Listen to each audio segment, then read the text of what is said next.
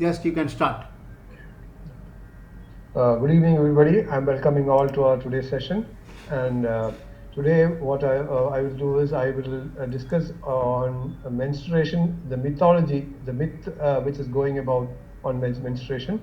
Just a second, because without knowing actually what's happening, many people have a wrong notion about menses and the problems what the ladies go through.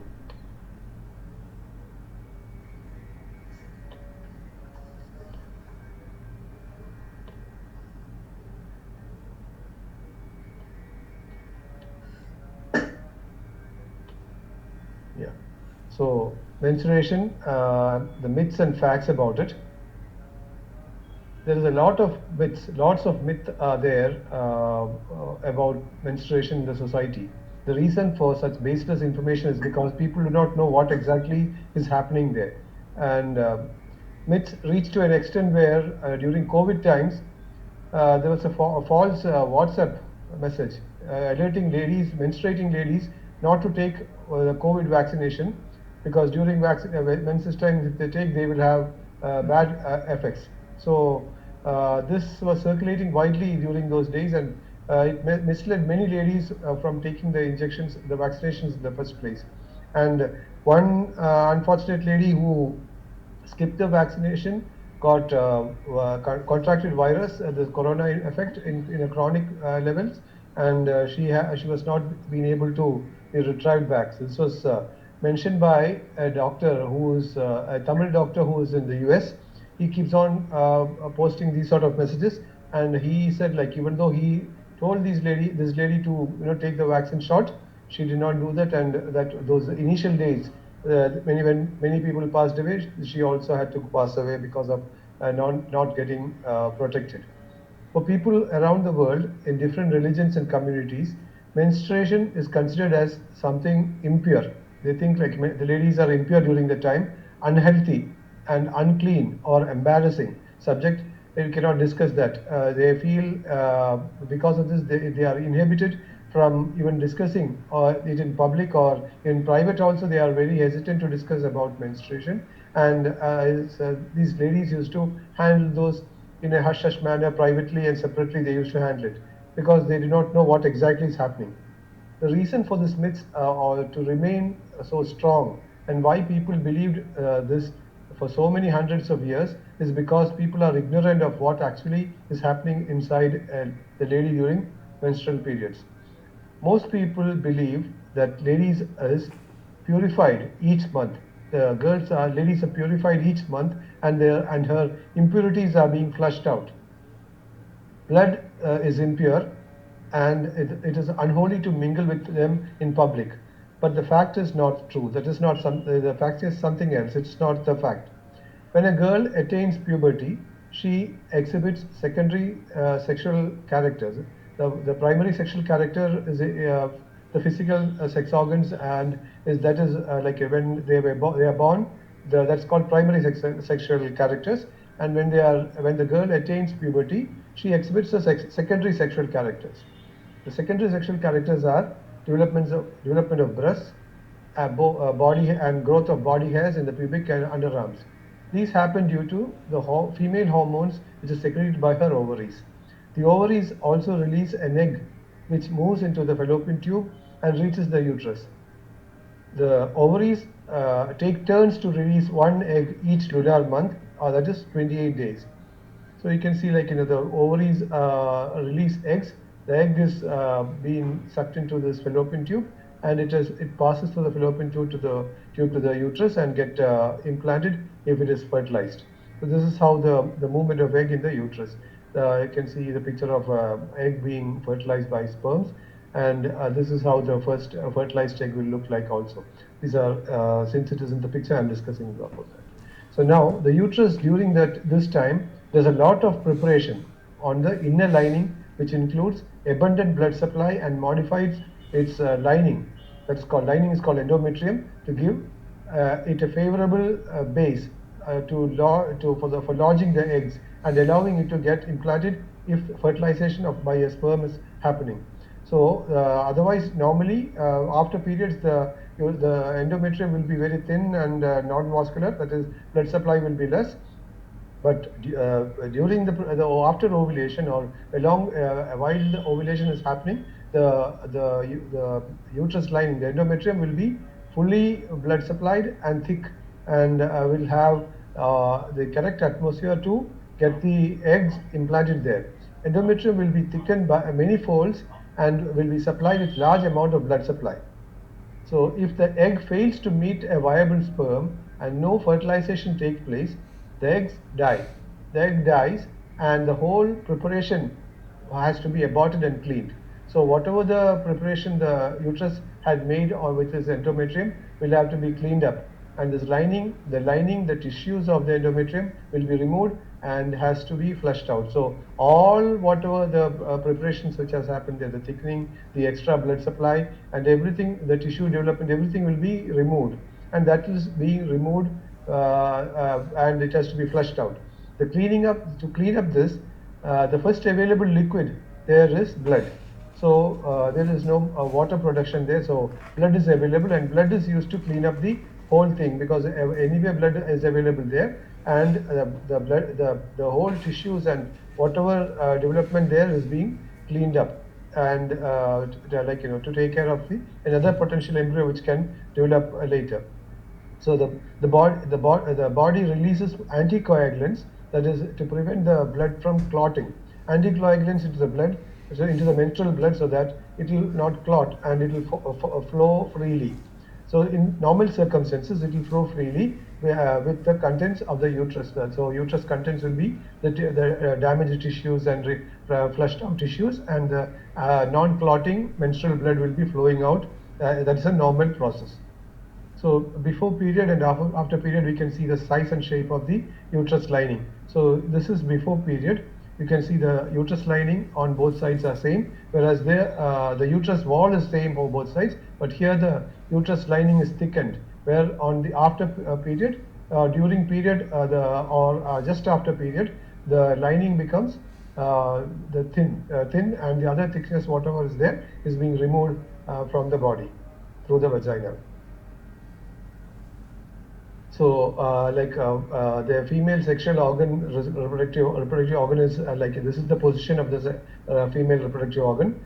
The near the femur, the joint will be the two ovaries, and on the center part below the hip will be or around the hip or the joint will be the uterus, and the fundus of the uterus, and that opening of vagina will open outside.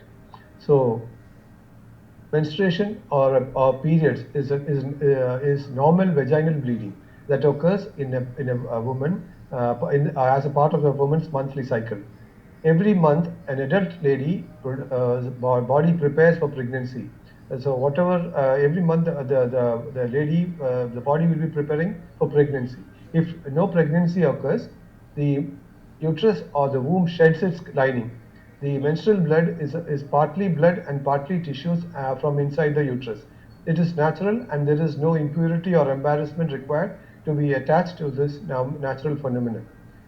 For clarity, you can see the various changes that happen inside the uterus, which is purely hormone controlled.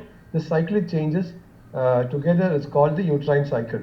So you can see initial stages. That initial stage is called follicular phase.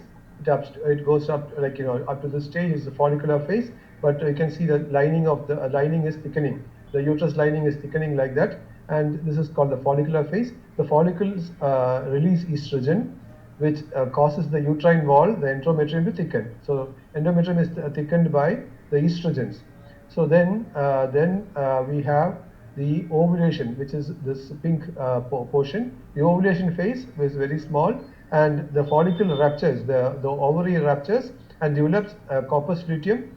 The progesterone is produced there. So this stage, the progesterone is produced and the egg is released. So then this green portion is called luteal phase. Luteal phase, progesterone and estrogen are released from the corpus luteum, and the thickening of the endometrium happens. So further thickening happens because of the progesterone, estrogen, and this is called the luteal phase. So this much, the egg will be viable up to here, and when there is no fertilization happening, then the thickening is reduced. You can see the thickening is coming down, and then it is about the whole operation is aborted. That is a red portion. That's called the menstrual cycle. This is the stage where the menstrual cycle, that is from day 1 to day 10, day 15. So day 1 to day 15 will be the initial stage. So some 13, 14, 15 may be the ovulation stage, and from 15 to 28, 15 to 26 or 27 will be the luteal phase. 28 to 30th day will be the menstrual flow. So while the above discussing changes happen inside a lady, each day is different for her. So these sort of changes happen for her every day, and each day is different for her. She faces menstrual. Every lady faces this thing. So this is a common information which men should know. She faces premenstrual syndromes, and most ladies bear this suffering as a part of their life till menopause. So till menopause they have to face this. From puberty to menopause, every day is different for them, and the possible symptoms include irritability or anger. So we can understand why they get angry quickly.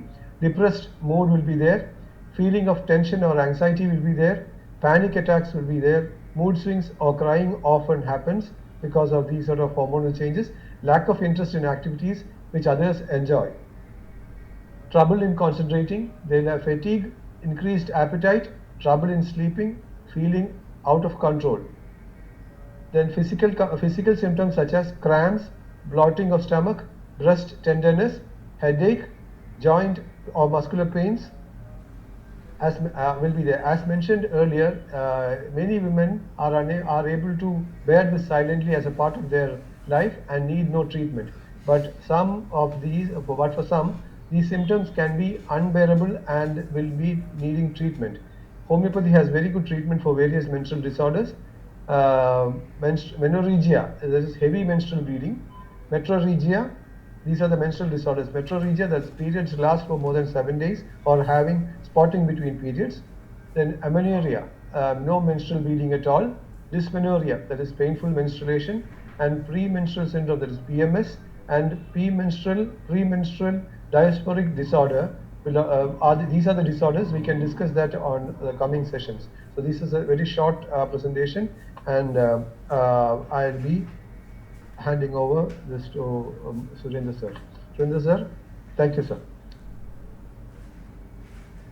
So short. No, I had to go a little, so I made it quick.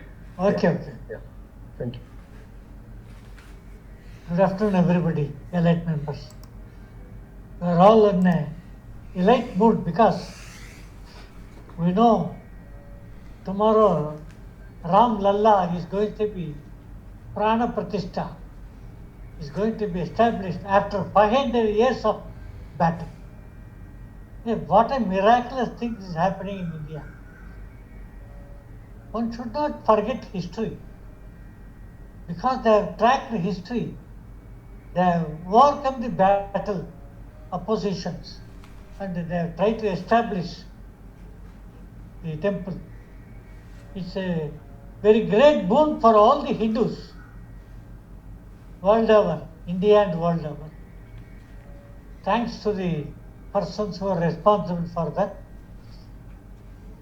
All right, let us have the Ramarajya. Ramarajya. Let us inside. Okay. Today, I am going to take, as usual, something on Ayurveda, and I will go to homeopathy also. See, Gomutra. Ancient times it was considered as a sacred thing. But of late, people began to think what is there in it. How do you say that? Because today, 20th century, from 19th century itself, we begin to think what is the evidence? What is the record? How do you say that it works? So those all things has to be answered in a public domain. we must satisfy how this helps humankind. Leave alone your shastras and other things. How it helps today? What the proof you got? What is the evidence you got? Etc. etc. Okay. It comes in for many health problems for many centuries. Not only it is a spiritually considered one, but it is found out that Gomutra is rich in minerals like sodium, potassium, creatinine, phosphorus, and epithelial cells. Research has found cow urine is useful in the treatment of abdominal colic, bloating of stomach, constipation, indigestion, in the treatment of skin problem like leukoderma, loss of pigmentation, not leukemia. Leukemia is blood cancer, you all know. Cow urine is added as Ayurvedic powder to make paste and applied on the skins as a paste or ointment to remove the skin problems. The old books, Sushruta Samhita, Astanga Sangraha, foundational Ayurvedic texts, describe secretion of animal in the cow with innumerable therapeutics value. Long back they have written this. According to Chakra Samhita, cow urine is hot, pungent, what we call it as gatu. It's very highly density with salty taste and anti-poisonous, anti-toxic, and treatment for several diseases it can come up to. It can go deep into the tissues of the body. About 95% of the Gomutra contains water. 2.5% consists of urea, remaining is a mixture of minerals and salts and hormones, enzymes, etc. There are many research articles brought onto the technical journals for support of Gomutra. Several studies have found antimicrobial activity of cow's urine comparable with standard drugs like ofloxacin, cefodoximine, gentamicin, etc. etc. So it is equal to those medicines, antibiotics. A study has conclusively shown antifungal in the clinical isolation. Though you take it, it doesn't create any fungal formation. Germicidal properties of Gomutra due to presence of urine, creatine, hydroxide, carbolic acid, calcium and manganese gives us a very good results. It's an anti-cancer effect is established in uric acid, approx antioxidant property, and allantonin. What is allantonin? Allantonin is one.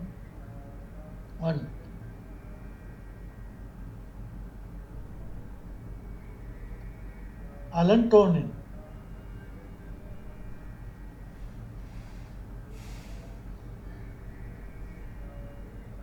Allantonin means a membranous sac protecting from the venereal surfaces of the fetus in the early stages.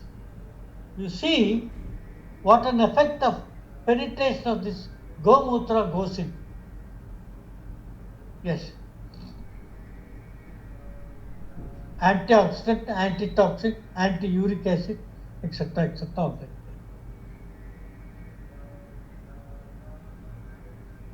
Key medical ingredients. What are the medical ingredients? Used for several Ayurvedic treatments, such as purgation, it is called Panchakarma treatment. Swedana or sweating treatment, and for external application. It is used to cure hemorrhoids, abdominal tumor, skin diseases, a type of leprosy, that is loss of pigmentation, and digestive stimulant, antitoxic, and vermicide. See, so many properties are there.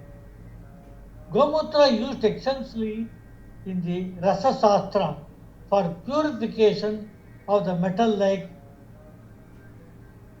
iron and other things, copper, so that they can be added in the preparation of medicines. Certain poisons can be refined and purified, and in this Gomutra, that is Datura, a seed, a shell is removed, that is immersed into the Gomutra. It loses its toxic condition, becomes antitoxic, so that it can be used by therapeutic purposes. Here you recount Rauphia serpentina, a poisonous essence from the snakes that is used in the homeopathy. The toxic conditions is removed, only medicinal properties retained, and it is potentized and used. Similarly, Gomutra, you use Datura seeds. Purification of and detoxification of silver is being done. That is, you can clean the utensils, etc. We all know Gomutra and cow dung is used in the houses predominantly. They spread them in all the, when the time of smallpox and chickenpox virus is vibrant, or any endemic epidemic comes in, it is used as a anti-toxic and anti-genic. There is a procedure for collection of Gomutra. That is, when the urine flows, first part and the last part are discarded. Because you know, when cows pass urine, it passes in a bulk quantity. So first part is discarded. You take the middle part, and you also discard at the last part.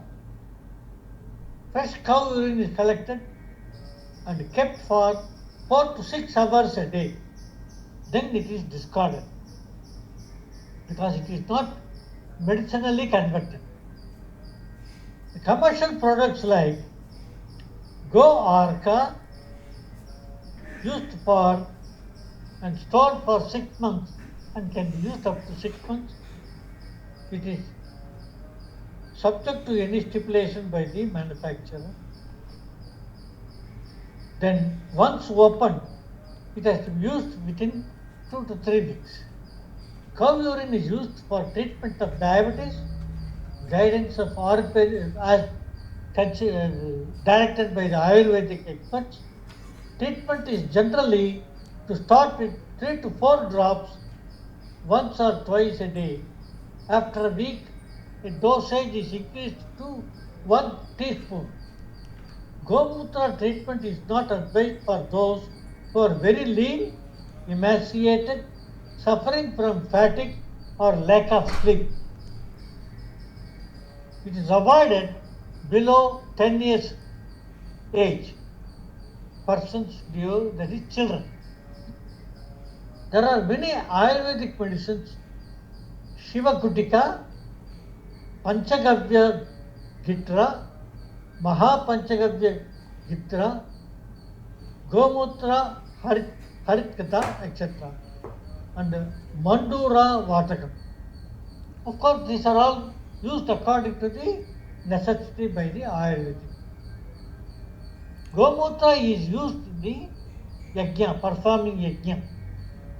For abhishekam of the deities, it is used. Particularly in all Shiva temples. Why in all temples? In all temples, the cow is brought and it is backside is shown to the deity and puja is performed, and after that only darshan is given to the bhaktas. Cow dung, cow urine, cow milk, ghee, cow ghee and curd, these are all put into ratio allowed for fermentation, and it is called Panchagavya or Panchakavyam, that is 5 cow derivatives. There are inscriptions in the many ancient temples. That is why kings have given cows as a charity to the temples. In every temple, you breed, you develop, you maintain cows so that it can be used for medicinal purposes.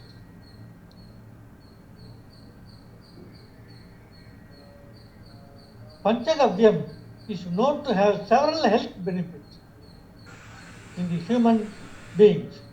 For a healthy person, just half to 1 teaspoon is advised daily to be taken on empty stomach as a Deha Suddhi, to cleanse the body and detoxifying the body. See, this is now available in powder form in all the Ayurvedic stores. Let us enshrine, let us believe in our ancient system. Use this. There's no wrong in using this Panchagavyam. You go to the Ayurvedic shop, ask them this, that is mixture of 5 ingredients of the cow, like gomutra, cow dung, ghee, curd, etc. And they prepare the paste. It is now available in either a paste form or a powder form. You can use it and you can help you increase your health, etc. For kapha and with high cholesterol persons, obesity, repeated respiratory allergies and other dosages can be higher based on the doctor's opinion. So much of things are involved in the Gomutra. That is why Hinduism considers go as a god, sacred animal. We don't kill them. We don't take their flesh. That has been mistaken because you see 500 years of change, metamorphosis. We have forgotten our long enshrined history. Okay. It's all right. See, when I read this article in Tattva-loka, I want to share it with my elite members. Because you see, you must have confidence in our system. Unless you have got confidence or faith in taking some treatment, you cannot get cured. Faith is the most important thing. You give so much of medicine to a patient. Oh, what a medicine is given, it is not helping me. It is not the medicine that is not helping him. It is his mind not cooperating. he pray God, because we treat, he cures. We pray God, take the medicine, show to the God, take it. Have confidence in, you will have cure. This Gomutra is a very sacred thing. Not only that, it's a very, very, very anti-toxic and anti-allergic. Yes. I think I have not troubled you much. Today I am going to say about something why we take all the medical students take Hippocratic oath.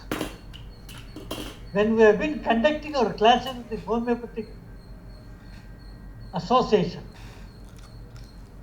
we conduct tests and we give a certificate. Of course, it's not recognized nowadays. So we take Hippocratic oath. What is there in it? I have read the oath also, but I could not understand the language because it is Latin. He who would gain a true knowledge in the art of healing must possess the 6 qualities. Hippocratic says, natural capacity, a good education and sound morals, he must studied since youth. That is, in natural capacity, he must understand everything. He should have a good education. That is, that must be background. He must have a very good education and sound morals. Of course, this is absent today in all the hospitals. Sound morals. He must have studied since youth. Not that over time, 40 years, 50 years, you go to some institutions and acquire it. He must study it because the more and more and more and more you study, the more deeply you understand the subject. And since youth, and you be in love with his work, unsparing his time. That is, he must spare his time all the time to the patient. Nowadays, what happens in an emergency, particularly persons who get problems at midnight could not get easy access to the doctors, that rest of the hospitals. Particularly, emergency cares and the 24-hour hospital here and there are available. So, God help us. That is why Hippocratic says, you must have the love, the art of healing. You must know how to, not only how to treat, with your experience and educational background, academic background, you also must have love to cure the patient. Oh yes, it's all right, it will go, it will be all right. There won't be any problem like that. It should not be there. All right. That is why Hippocratic oath is important in all the cases. Yes. We have studied for more than a year about homeopathy. What are all the things that has been taught to us? What are all the things that has been taught to us? I'll give you a brief rush through. We have studied up the introduction, Hahnemann's life, and philosophy, rapid, gentle, and permanent cure. Then we have gone through vital force and health and healing. Suresh used to take such classes, vital force, health and healing. the laws of the homeopathy and the principles of homeopathy, how you have to apply this to the pathology, that is body condition, with or without diseases. If it is a healthy mind, no medicine, only placebo. If it is a disease is exhibited, only latent diseases, you give only palliative drug. If it is a deep-seated drug, then it is a long treatment. It is with the chronic or acute conditions, etc., etc. Then we know how do our medicine works and how we give the power of the drug to the cure of the patient. It is called potencies. There are a lot of controversies about these potencies. I tell you, we must adopt a clean line of 30 potency all the time, so that will not give you any perturbance or disturbance, and confidence in the physician. First, when you prescribe, the physician must have confidence whether this power will help him. And then only, so you must be very much confident in administering the drugs. Then you can definitely get back feedback that results are positive, mostly positive. We know how this case taking takes place. Time and again, first prescription, second prescription, etc., etc. Everything comes in. Then prescribing. Then golden rules of homeopathy. Delusions, suppressions, aggravations, obstacles to the cure. We have studied about this time and again. When we give treatment, he is not coming with a positive result. There is some obstacle. The physician is very confident that he is giving the correct medicine based on the symptomatology expressed by the patient. But still, he is not getting the result. There is a suppression or there is any other aggravations, etc., etc. Sometimes even the homeopathic medicine that you have chosen also could aggravate, or the higher potency you choose also could aggravate. Yes. Management of the case taking of the patient. Then we have gone to the nosodes. What are the nosodes?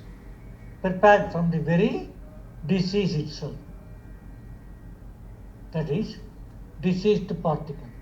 Not actual diseases, the layers between the body and the disease force. There is a fighting. In between that, a resistance layers are formed. We prepare these from those morbid matters, so that it becomes a nosode. Nosodes must be used in higher potencies. We are given all these things. Then we know about the chronic diseases and acute diseases. How do you distinguish between acute and chronic diseases? Sensitizing miasm. Here, we have been telling you, I have been warning you time and again. You must have a very, very shrewd understanding of the patient. Only two things I did. 2 weeks back, I have read in papers that more children are prone to leukemia, blood cancer, and other cancers. And also subsequently, we have found that many diseases lead to genetic disorder and the passing of these genetic properties from the parents to the children. Stopping here for a moment, I tell you what is happening in the body. Who is polluting the body? We ourselves. First is the mind, the root cause for disease. That is aversion, some hatred against somebody for no cause, like Duryodhana, etc., etc. That is the root cause for disease. That goes into the body, it develops, and changes the body structure, function. Second, our food habitat. Third, abusing the body. Fourth, drinking, tobacco chewing. So who is abusing the body? We ourselves abuse the body. With that we give birth to children.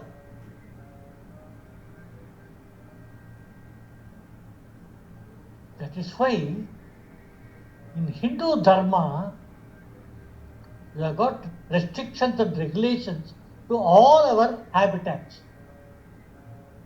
You can take Madhapanam, but at certain times, not all the time. We can take some toxic material, not all the time. That is advised by the Ayurvedic physicians at that time.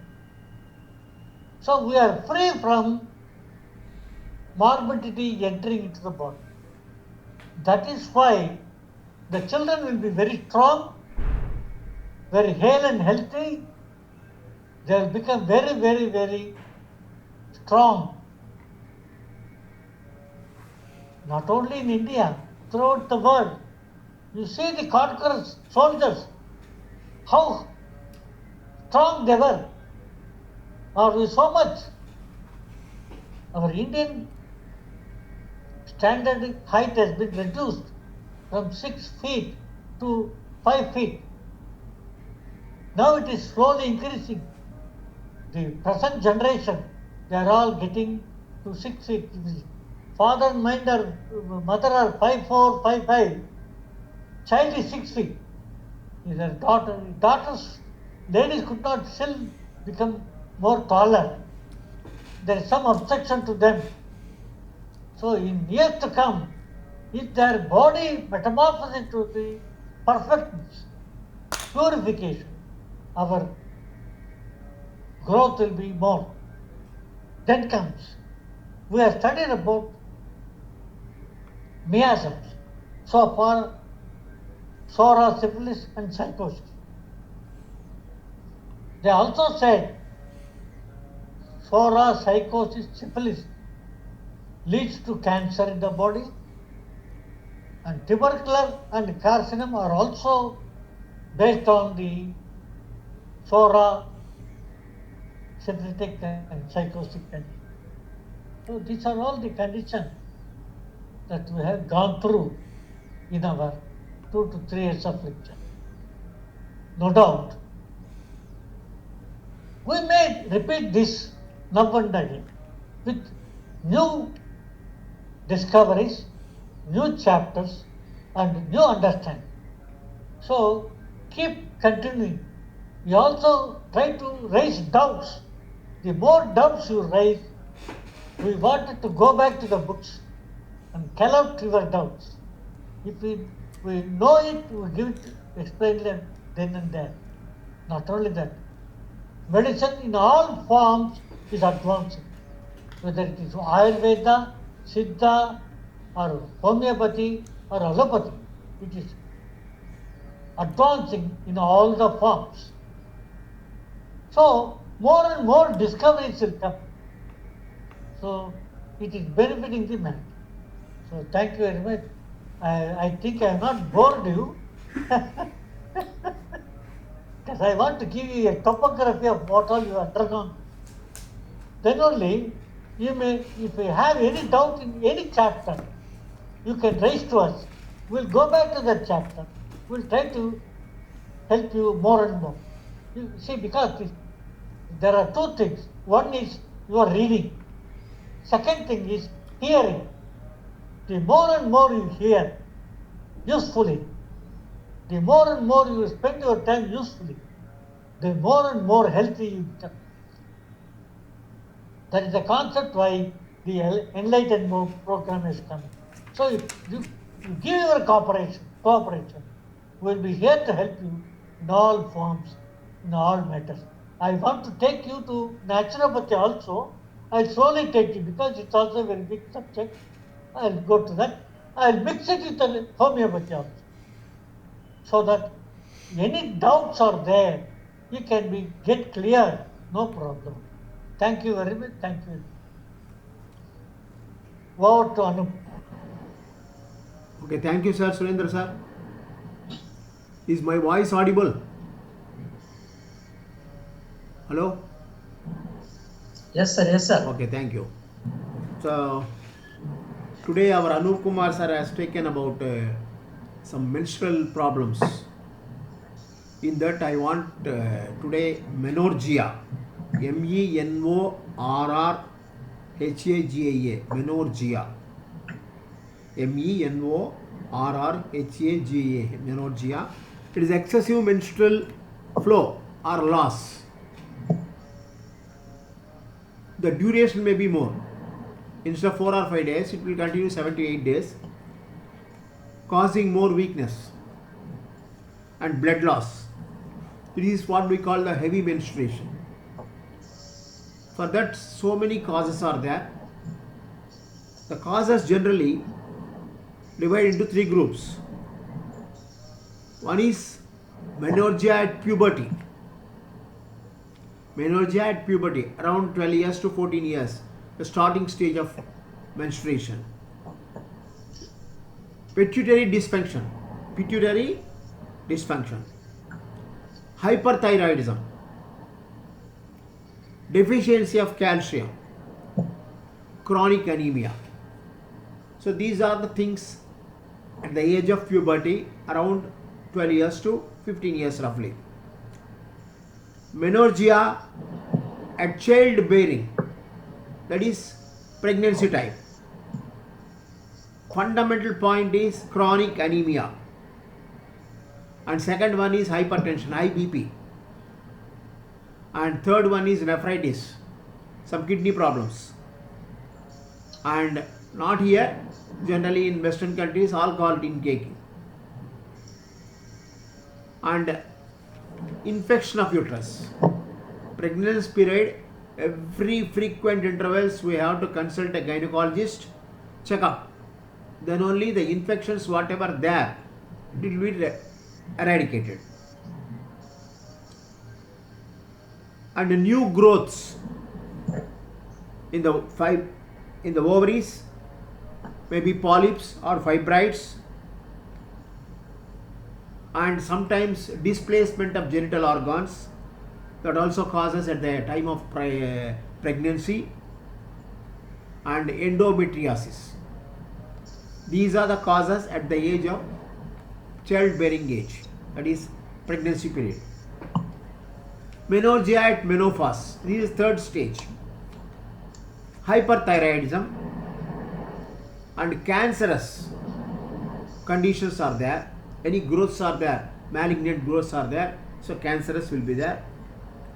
Dysfunctioning of uterus, that is also one of the causes, so continuous bleeding will be there.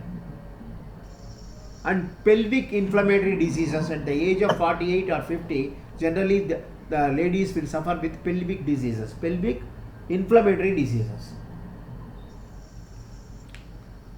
So generally for all these things, treatment is along with the medicines. They have to take bed rest, and we have to see in a homeopathy way, we have to see the underlying cause. It is in the puberty age or in the middle age of pregnancy or at menopausal. According to the symptoms we have to treat as far as homeopathy is concerned. And there are sometimes in all 3 groups you will have estrogen and progesterone, these deficiency is there. Because of that one only it also will happen. In homeopathy we are having excellent medicines for menorrhagia. That is, number one is Sabina, Sabina, Sabina, Sabina. That is, Sabina is one of the best remedy for inflammation of ovaries or inflammation in the uterus and premature abortions. Sometimes labor causes abortions. It is one of the best remedy for premature abortions. At the 3rd month or 5th month or 6 months, frequent abortions are there, means we have to think of Sabina. And along with that, if any anemic conditions are there, we have to give Electris spinosa. And like that, when it comes, I will tell you. But Sabina is the primary drug for prematurely abortions. For this, fundamental point and symptom is copious hemorrhagia, copious hemorrhages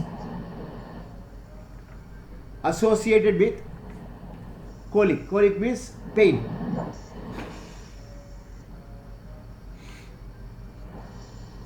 And sometimes during climatic period also, because of overwork or because of irritation or because of tensions, much blood loss,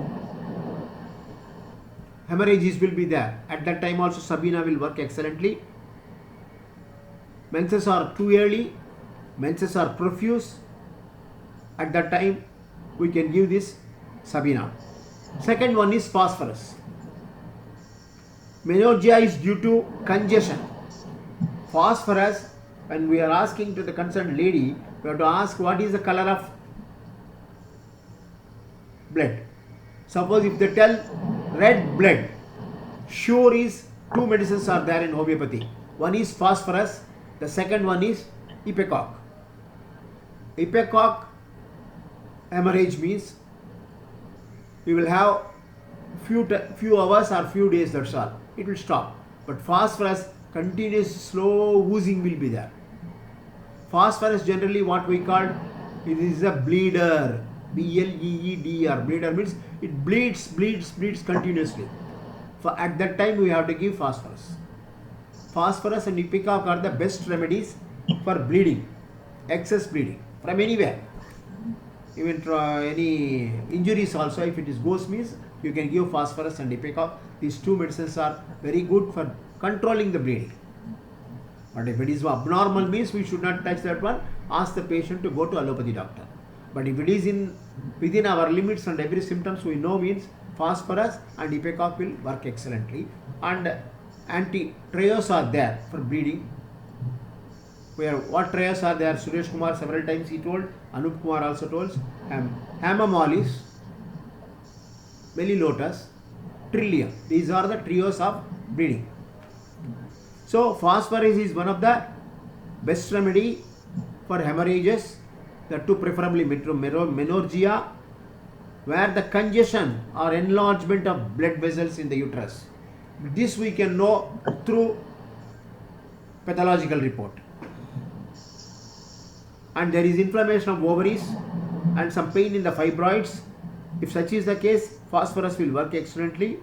In climacteric age, one of the best remedy is phosphorus. Next, belladonna. Any inflammatory conditions and abnormal pain is there, generally belladonna will be a supporting drug for anything. And 3 bleeding remedies I told. In that, hemomolis is one of the primary drug. Veins of the uterus is congested, causing very profuse hemorrhage. So wherever the veins are congested and profuse hemorrhage is there, even varicose veins also, you will have only one medicine in homeopathy, that is hemomolis. Preferably you have to think veins are more. Through veins only bleeding is going. If such is the case, hemomolis will work excellently. The flow of blood is copious, dark, clotted will be there. So for that only we have to ask the patient whether it is a flow is just like a thin or a thick or color or clots are there. And continuous paining will be there in the ovaries or in uterus area.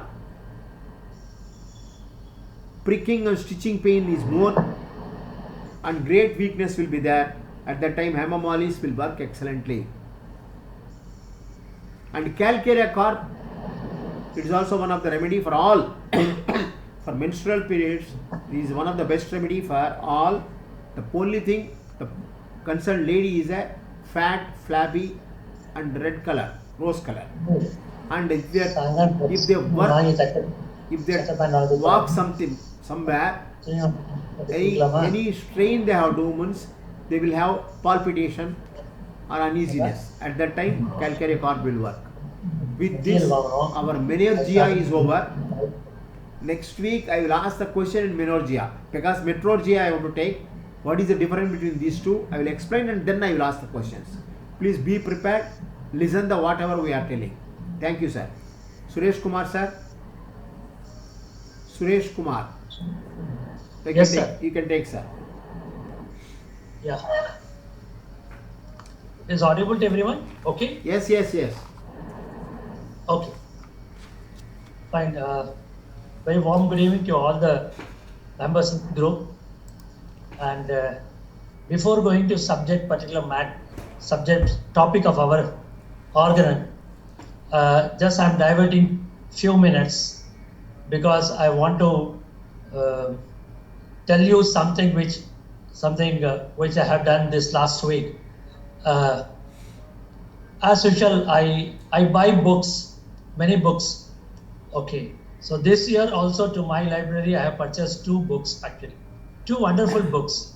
I never come across earlier, but this is a book which I purchased recently, which I want to share with all of you because it should be known to everyone. That's why. So this book I purchased. Sir, if you are having, show that one. Show the book.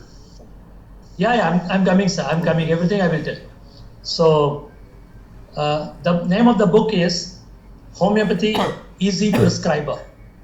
The title of the book is Homeopathy Easy Prescriber, and it is given by Dr. K.S. Gopi.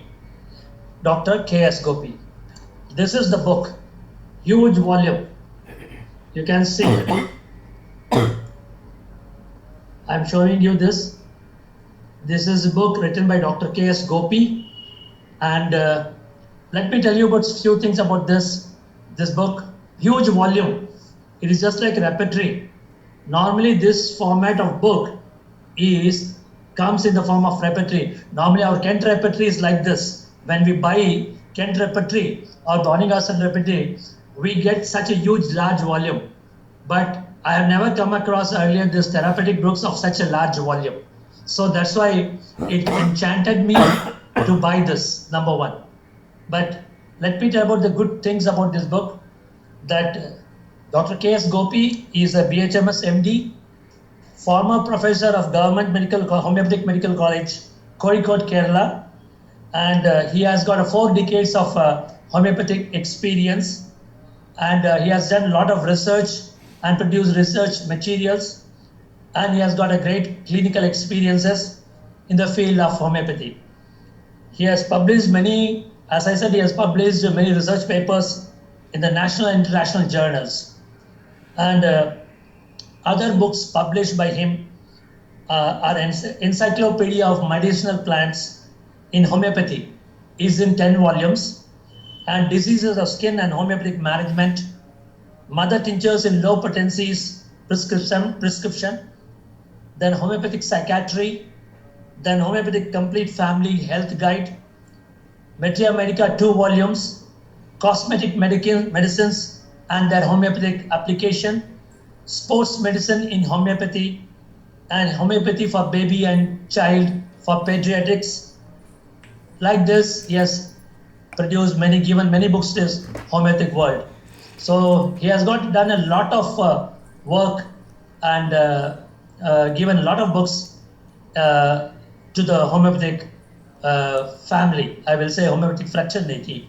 So this book is very I will not call handy because it's a large volume, But from clinical point of view, it's a wonderful, beautiful book. People ask me why you have purchased this book when we have Das Bishwambar, when we have Singhal, when we have Khaneja, when we have Clark, everything is available. But everywhere something is new is given. Every master, when he writes a book, he added something, his own experience, own thing, and with the time passing away, every new book contains new diseases, new aspects, new type of prescription, and new thoughts. The masters they add it. So Dr. Gopi is contemporary, and he has taken to many aspects of the contemporary diseases also. So this book contains many new things. That's why I found this will be very valuable for our clinical practitioners, and that's why I purchased this book. But this is very expensive book. A common man cannot afford to have it. Okay, that is sure. The cost of the book is 3,000 rupees. I repeat, the cost of this book is 3,000 rupees, but it's worth buying. One who loves to practice homeopathy, not as a hobby, but definitely one who wants to have service to the humanity. With that motive, when you buy, definitely this book will definitely help you in your clinical practice. About the features of this book, and beautiful pages, very thick pages, time cannot spoil it, very neatly presented.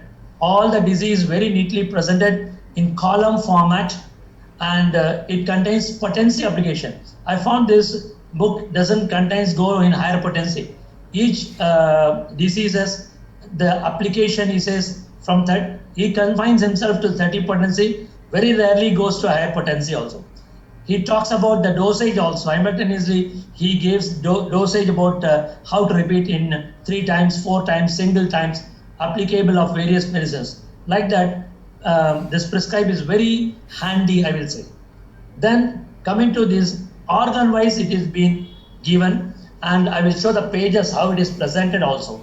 You can see colorful presentation, very colorful, neat presentation, and column wise it is being brought out, very catchy to the eyes also. Moreover, it has got, when you come to mind section, I found very, very attractive, because mind, it has covered 94 symptoms, the 94 colors of the mind. Thus we talk about like anger, anguish, answers, anxiety, aversions. Like this we can go so many colors of the mind. So in this book, 94 shades of the human mind is being brought into it, and very fantastically or very nicely the remedies have been incorporated under each shades of the mind. Next, coming to organ wise, it has been given, diseases have been categorized or listed down in organ wise, and many new diseases pertaining to brain, pertaining to eyes, pertaining to respiratory tract, pertaining to what's called spinal cord and heart. Many things have been added and updated. So that is also one of the finest aspect of this book. Then coming to, it has got a miscellaneous section also. This book has got wonderful miscellaneous section in which I'll definitely want to add this, how it is. Here the new disease like adenomyosis, HIV and AIDS, and then Alzheimer's, very common with nowadays. It has been widely covered in this book, Alzheimer's. Then it has got autism, it has got Parkinson diseases, it has got pulmonary diseases, COPD discussed here, then emphysema discussed very widely here, fatty liver discussed here, then it talked about the filariasis, then various kinds of food allergies. Normally we go with allergies and discuss food allergies level. Then hepatitis B and C is being brought in here. Generally in homeopathy, many books cover hepatitis, but specifically hepatitis B and C is also being discussed in the book. Then hormonal imbalance is brought into book. Then irritable bowel syndrome widely discussed here. Then it has got a very good topic about the, it has got in miscellaneous section, it talks about what's called polycystic ovarian diseases, which already we have covered in many seminars, and our special invitees during this Padmija Madam, all people have taken PCOD. But this book has also very good coverage, ovarian cyst. Then it talks about the retinal detachments. It talks about the what's called ataxia, and many new diseases like COVID, then drug addictions, various drug addictions, then with carpal tunnel syndrome, and then what it called, it has got thrombocytopenia, and it has got schizophrenia, and it has got what is osteoporosis, then what's called pinodial cyst, and then many bladder syndromes like that. What I want to tell you that many diseases which is been looked into from allopathic point of view. When we talk about the pathology, and when we look into pathology and name it and look into from allopathic point of view, then obviously what should be our homeopathic prescription, then it becomes a important task for us. And this book becomes very handy manual in talking about this latest diseases, particularly autism and Alzheimer's, and what's called Parkinson's also. So in brief, this book is a very wonderful book. Definitely one should buy. If your pocket permits, definitely you buy. I will suggest that this should be a library item. I will definitely, this is a treasure, and is a library treasure. I will definitely call this a library treasure. So hopefully, if you buy, it will suffice you. One book will cover everything. And this is about this book. Then another very good book, I bought it by the same author. Dr. K.S. Gopi has given another wonderful book which talks about the diseases of the skin. This is another book. The same author has written Disease of Skin. And one of the important feature of this book is also very expensive, and this book costs 2,000 rupees. The cost of this book is 2,000 rupees, and all the skin disease has been very widely, beautifully presented, and the entire book contains glossy, oiled paper. This homeopathic skin diseases book contains glossy, oiled paper.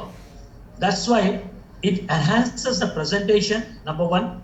Number two, all color pictures of all skin diseases have been covered. If it has got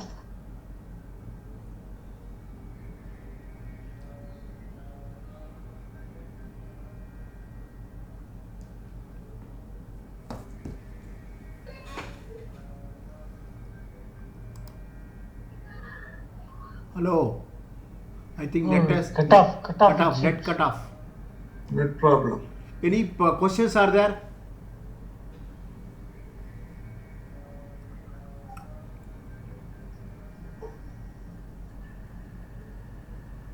Hello? No questions?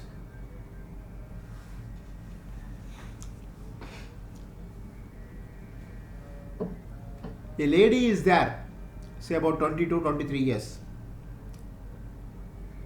Parents are very strict. In house, Orthodox family. This lady is actually first wife's daughter. Though the second wife, that is my stepmother, not treating properly, and father also not giving that much of love and affection. Only girl is there. She is doing all the entire work in the house. That lady gone to a homeopathy doctor. She told, my menses are coming 2 months, 3 months gap. Sometime every month it will come, sometimes 2 months, 3 months gap. And I am weak. So that's all. In this case, as a doctor, what is your procedure of treatment. Not only the medicine, how tackle that one, how you will get the symptoms from that lady. That lady told this much only. What is your way of approach to get the symptoms from that girl, and what type of medicines you will give to get back her symptoms properly. I am putting a question. Suresh Kumar has come. He will take. Before that, please see what I have told. A girl has come with amenorrhea, menstrual problem, amenorrhea, frequently stopping of menses. So, how you will proceed with that girl? What are the symptoms you have to get? What type of questions you will ask? What medicines are available in homeopathy? It is a homework. Next week I will ask the same question, you have to tell. Sir, Suresh Kumar sir, you take. Yeah, I was explaining about the second book, which was on the topic of the skin, which is disease of skin. In this book, papers are being given in a very good quality, like oiled paper, oil surface, and every disease, it has got 138 type of diseases, skin diseases covered very neatly, and all the disease has been pictorial depiction has been made. That means when you want to talk about the alopecia, the picture of the alopecia is given here, and what alopecia also when it is two different varieties or three different varieties, all the alopecia colors have been, color pictorial depiction has been given. When we talk about the abscess, what is abscess? Entire abscess been discussed in that particular chapter, and like this color pictorial, I can show you the pictures also. Like this, the color picture is been also given very beautifully, nicely. So, why I'm emphasizing this book that normally in skin diseases, architecture of the skin is very important. If we miss the architecture of skin in a clinical assessment, then we'll be misguided. So, when each disease, when we come to know about the architecture of skin, our assessment of the case will be more crystal clear and more perfect, and prescription also will be followed in a simillimum. So I thought this book is very essential for the skin therapeutic purpose. So this book is also a very wonderful book given to the medical world, homeopathic medicine world. So I thought these two books should be introduced to all our members. Definitely, sir. If you feel like to buy, please buy it, because it's really worthy and handy. It's a handy manual in our clinical conditions, definitely. And because recently I have come one case. For example, in this book, it guided me very recently. A case of lichen planus. A case of lichen planus has come to me, and I opened the book, I could get the picture of lichen planus here, and immediately make it out the case that this is the case of lichen planus. I must search therapeutic related simillimum in a homeopathic materia medica, of course based on our symptom similia. But definitely it's a tool. It's definitely a good tool to enter into our case and unfold the case. So this way, these two books are I want to introduce to our members, all members. So books are very expensive, no doubt about it, but they are really a treasure in our army. So these are about the books, and because the time is now over, I will not go into subject matter. I wind up here the session because I thought that this book must be introduced to all our friends, and we'll go into the subject matter in next class. Now over to Dr. Murthy for a question answer session. Now you can ask, sir, any questions. I have already put a question that how you will approach to the patient, what symptoms you will derive by questioning, and what medicines are available in the homeopathy. I am repeating, one girl has come around 22 23 years. She is along with her father and stepmother. Treatment in the house is not proper. She came with amenorrhea case. 2 months or 3 months menses are coming. Sometimes every month it's coming like that. So what type of symptoms you will arrive by questioning her, and what is the treatment available? This is my question. From your side, any question is there, you ask. Not the same question to me. You ask your questions.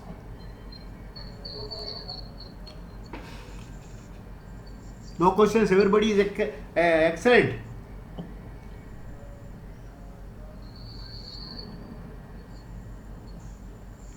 Sir, all are experts, sir.